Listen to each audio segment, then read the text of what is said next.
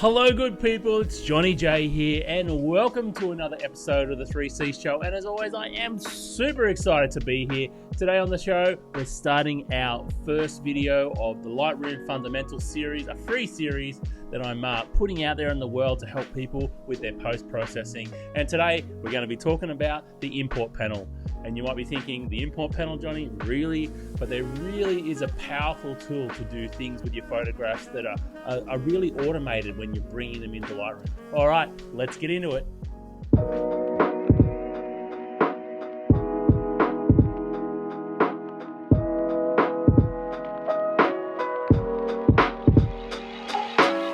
Right, here I am. Hello, I'm in the corner, and there's an emu. Yay!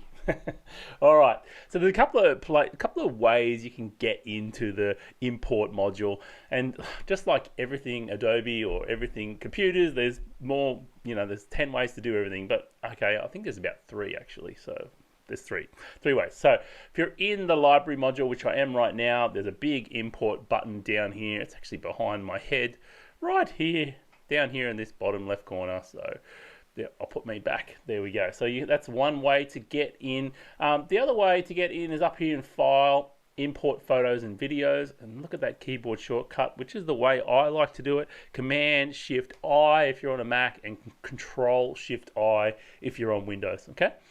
All right. So if you happen to open your library module, your import pane, I don't know what you call it, preference pane, import, whatever you call it, import window, and it looks like this. This is the compact view. Okay, sometimes this will come up. I find this view pretty much useless, to be honest. It's not very helpful at all. So what I like to do is I will go in, and there's this little button down on the left here, this expanded view. If you click that, it shows you more options. And this is what I like to do because I can see everything. And as you can see, there's a fair bit going on in here. It's quite quite overwhelming if you haven't seen this before. So don't get overwhelmed. The first thing you need to know is what we're doing is we're going to work from left to right. Okay. So what that means is the left, we're choosing the source. The middle, we're telling Lightroom what to do with it, and the right, we're telling it where to put it, and a few other options that a few other things Lightroom can do on the way in, when you're importing your images. So one thing, I'll just make sure I've got everything turned on here. So I want to go through all the little nuances of this. All right, so looking at the dialog link, and that being said, looking at this dialog box, let's start on the left. One thing that's really cool is most of the time when you plug an SD card in, you'll see that Lightroom puts that device at the top first. So that's really nice. Meaning you can just click on your card and boom, boom, boom, there's all our photographs, okay? There's my young bloke been running crazy on the beach. I was testing out my telephoto lens here, I think. So anyway, a few surface shots, whatever. That's what's really nice. The other thing that's nice, sometimes you're importing photos from another source, okay? And something that's really nice are these shortcuts up the top here. Not only does it give you all your recent destinations or all your recent locations you've imported things from, it gives you some other generic locations like your desktop, your pictures, your movies folder. So that's a quick way to get to those. All right. Something else that's really important when you're importing, say, from your desktop. So I'll go to my photos. I don't know what photos are going to come up here, but anyway, say you're importing from your desktop, and you click on, you've got a folder, but there's a folder beneath that folder that's got all your photos in. You'll see this include subfolders. So sometimes you will need to include that. So all that's saying is, hey Lightroom, here's the main folder, but inside that I've got many folders with images in them. Please look into those folders as well. So that's what, if you find you click on a location and that's what's happening, often that can be the trouble why you're not getting your preview, okay? So you can see here, so that's basically the left-hand panel, selecting where your images are that you want to bring into Lightroom, okay? Now, let's move up to the top here. And you can see we've got a few preferences. So we've got copy as DNG. So what DNG is, it's Adobe's RAW format. It's a digital negative format. It's good. It's a good format. I like it. I don't transform my photos. I just use them as the native, mine the native raw file off my Sony cameras. So I don't do that conversion. One thing for me, it's all about speed. I just want to get my photos in. I want to find the keeper. I want to process it and export it and get it out, ready for the web or ready for print or whatever I'm doing. So for me, I don't copy as DNG, because what that does, it slows down your import time, because it's going to convert every one of those raw files on the way in. Okay, something to think about. Look, it's totally up to you. Usually the file size is going to be a lot smaller with a DNG, so it means that you're going to save space on your hard drive. But if you're not worried about time or speed, then maybe DNG's fine for you to use. But look, it's not something I personally use, but it's there, which is cool. It means you can do it on the way in if you're a DNG person. All right. Now we have copy, move, add. It's pretty straightforward. So we're going to say copy the photos from this location to wherever we tell it, the destination in this fact it will be when we get there, or we're going to move the photos from, obviously I can't move them because they're on the SD card. Okay, when you select a folder here and find some photos, you can move them, and you can also just add them. And so move means it's going to move them from one folder to the destination. Copy means it's just going to copy those photos from that place, which is what we're going to do with this SD card, into the destination. And add means we're just going to leave the photos where they are and add them to the Lightroom library and leave them in that folder where they are. Basically, that's all it is. It's not moving them physically on your hard drive, okay? And that's what's really awesome about Lightroom, in my opinion, is that Lightroom will just use folders on your desktop full of images. So meaning the native folder structure to your operating system, it's just going to use that and doesn't have to have some sort of proprietary, catalog or way it puts your images, which means it's good for longevity. So anyway, keeping your data safe over time. All right, let's go to the bottom panel. So that's the top panel there. Normally what I will do, unless I am, normally what I'll do if I'm getting off an SD card is just copy. That's the thing. If I'm going to add a folder that I want to leave in place, I'll just use add. Okay. All right, let's go down the bottom. So we've got a couple of options here. The first button here on the left, and my head isn't covering it, so yay to that. First button here on the left is the grid button. It just basically shows you this grid view. Okay, it's really nice. And then we can have this one up button, so it just shows you one image per one image. That's it. That's it. And then we have this capture time, so we can sort by, however we want to sort it, by name, file type. Usually it's capture time, to be honest. I like sorting by capture time. Media type, if you've got a mix of video and photo, that's another option you can do there, or you can just turn it off. But usually capture time is the best way to sort. And then we've got this thumbnail size, so you can zoom out and say you just want to select certain photos to bring in. This is a great way to view all the photos that you're looking at. It's just move those thumbnails bigger or smaller, make those thumbnails bigger or smaller. Okay. The last thing is this import preset. It's not something I do. So what you can do, if you've got a certain way you set up your import panel here, okay, you can save that as a preset. So I go ahead, set everything up how I like it. Maybe it's my import process for, I don't know, backing up to drive B. There's a backup option which we'll get into a little bit later. But maybe what you can do is go save current setting as a new preset, and I'll just call this test now.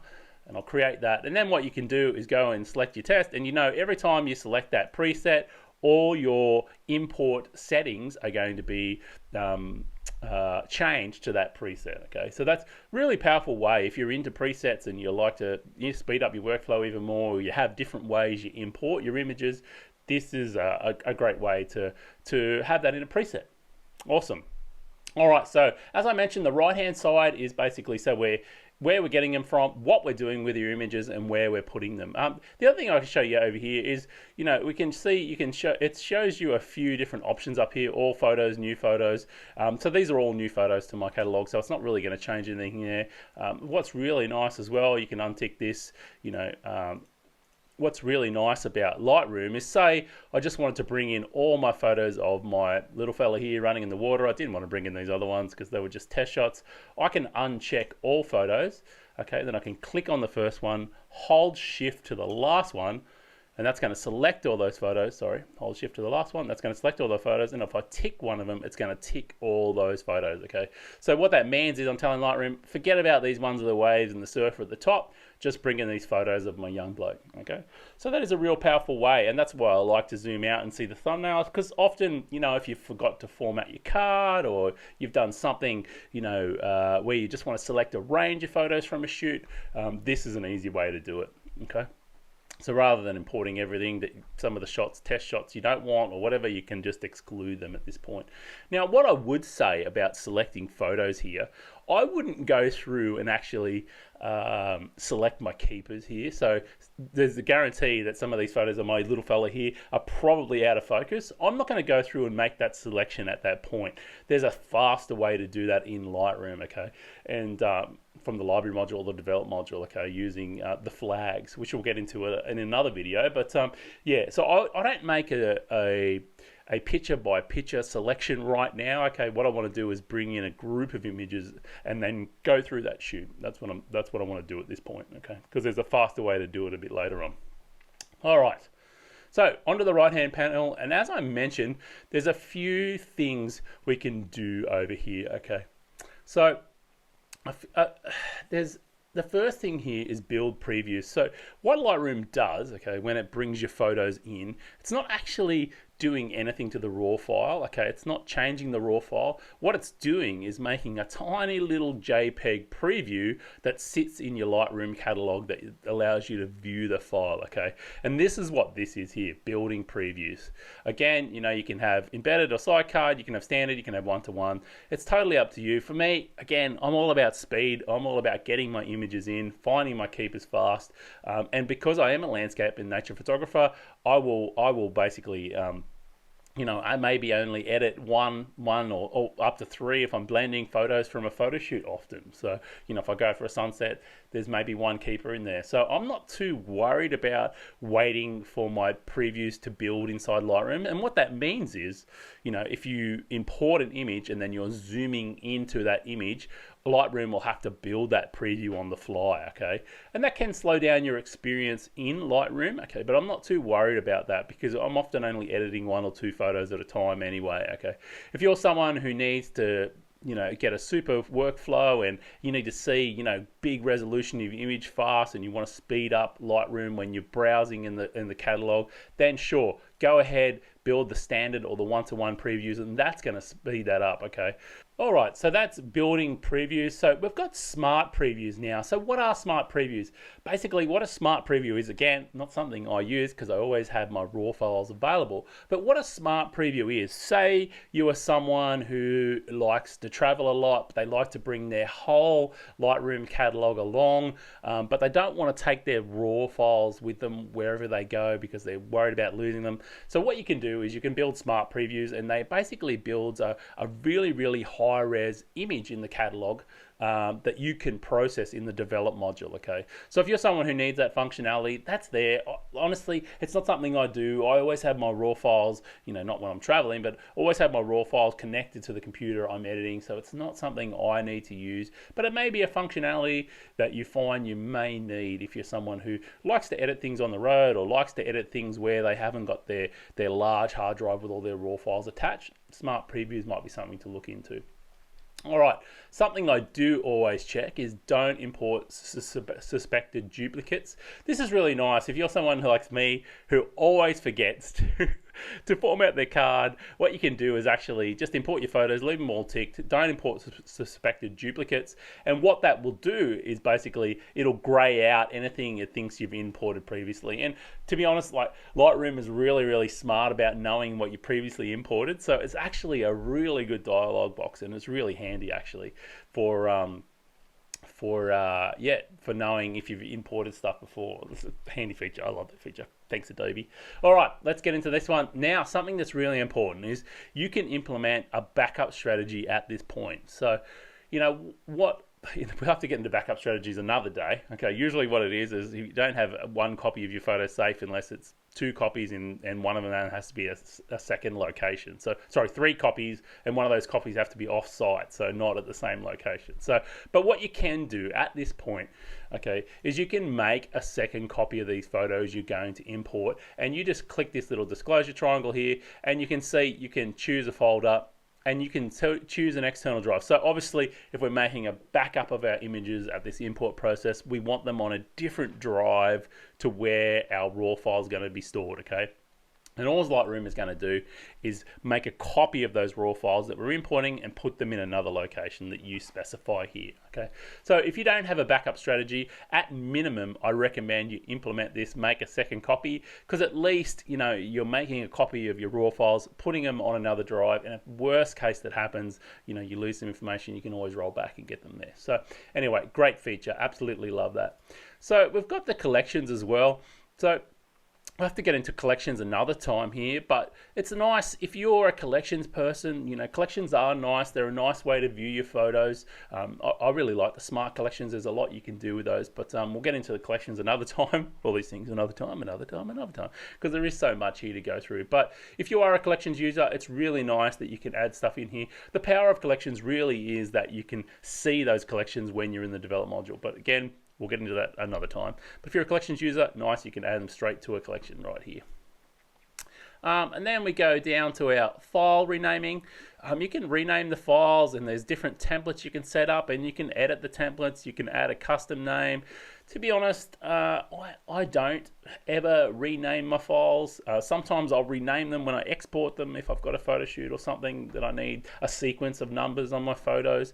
I'm a really big believer on just leaving the names as they are when I import them, because I like to see the series. I don't want to upset that. I don't want to remove the camera series on my from the original RAWs. But look, you know, you can do that. It's just another thing you can do in here.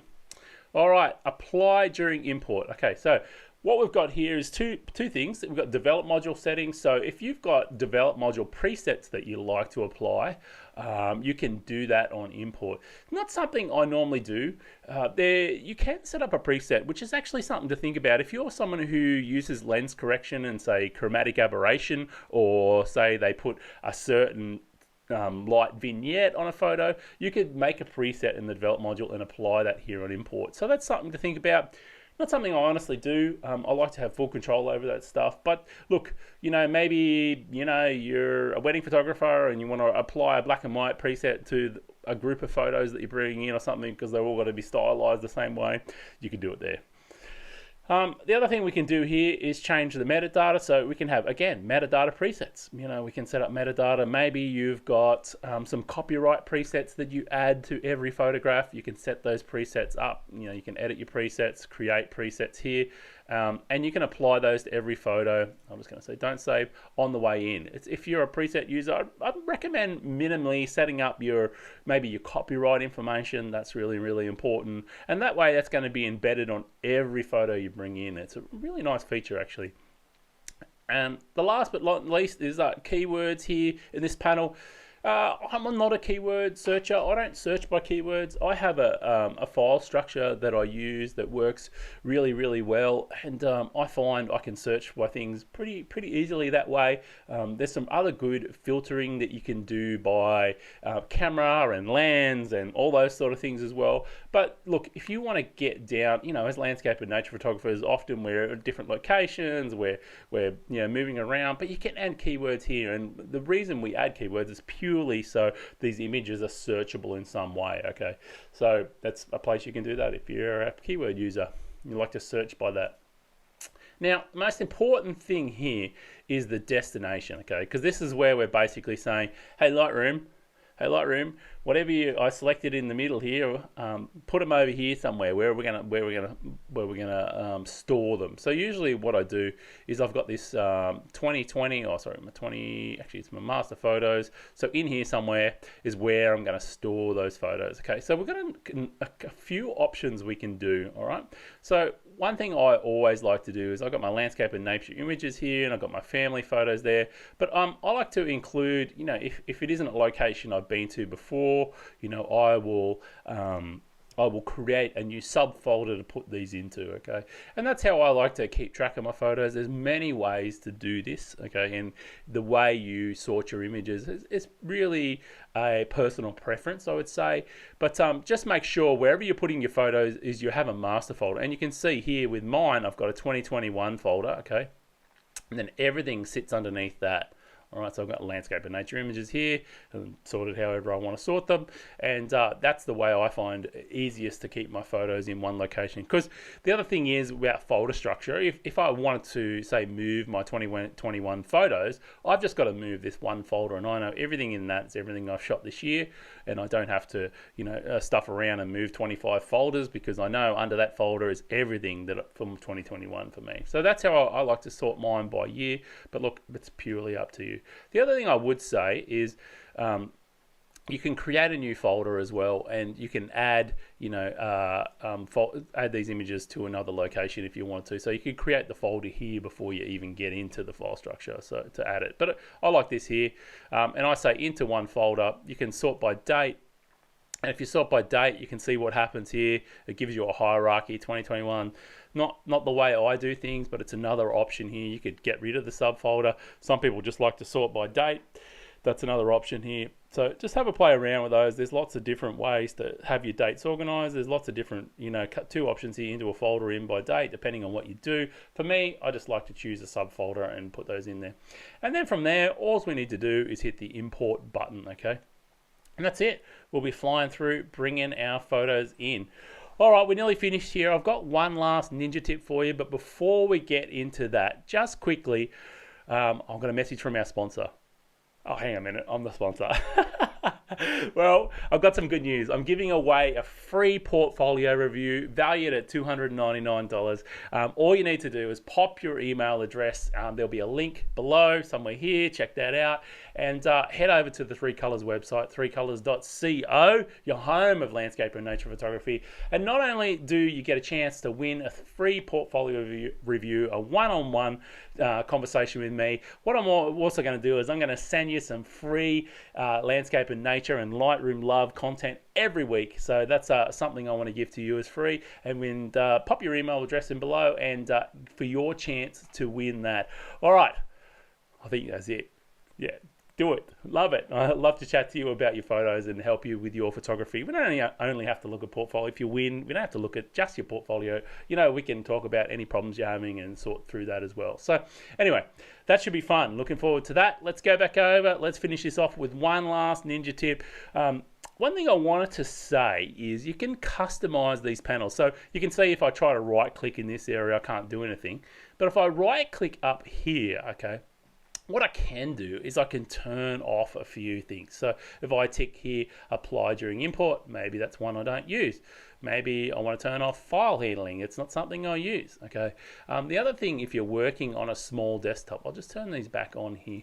Another real ninja tip here is solo mode. So let's tick that on there. If I tick on solo mode, and what that will do, okay, normally what happens, actually I should show you, when you tick it off, if you haven't got a big screen like I'm working on now, you're on a laptop, what happens is you've got all these panels open, you scroll up and down and you're looking, where's that thing I'm after? It's here somewhere, okay? But if I was to turn on solo mode, what that's going to do is every time I open another disclosure panel, it's going to close the previous one, okay? So what that does, if you haven't got a lot of screen real estate, it allows you really to just hone in on the panel that you want open without having to scroll up and down like a madman. And that actually works right throughout Lightroom and all the different left and right panels. So there you go, guys. That's it for this one. I hope you enjoyed that. I know it was quite long. I think we're up to 20-something minutes, and there's quite a lot there to go through. But look, the best thing to do here and the takeaway from this is really work from left to right, images in, what you're going to do with them, if you're going to copy, add or move them, and then where they're going to go and what you're going to do with them in the right hand panel. And really don't make those defined selections at this point, because I've got a ninja tip coming up in another video for you about how to make those selections. All right, guys, don't forget, sign up for that newsletter, show me some love below, do that stuff that all the YouTubers say, do that below.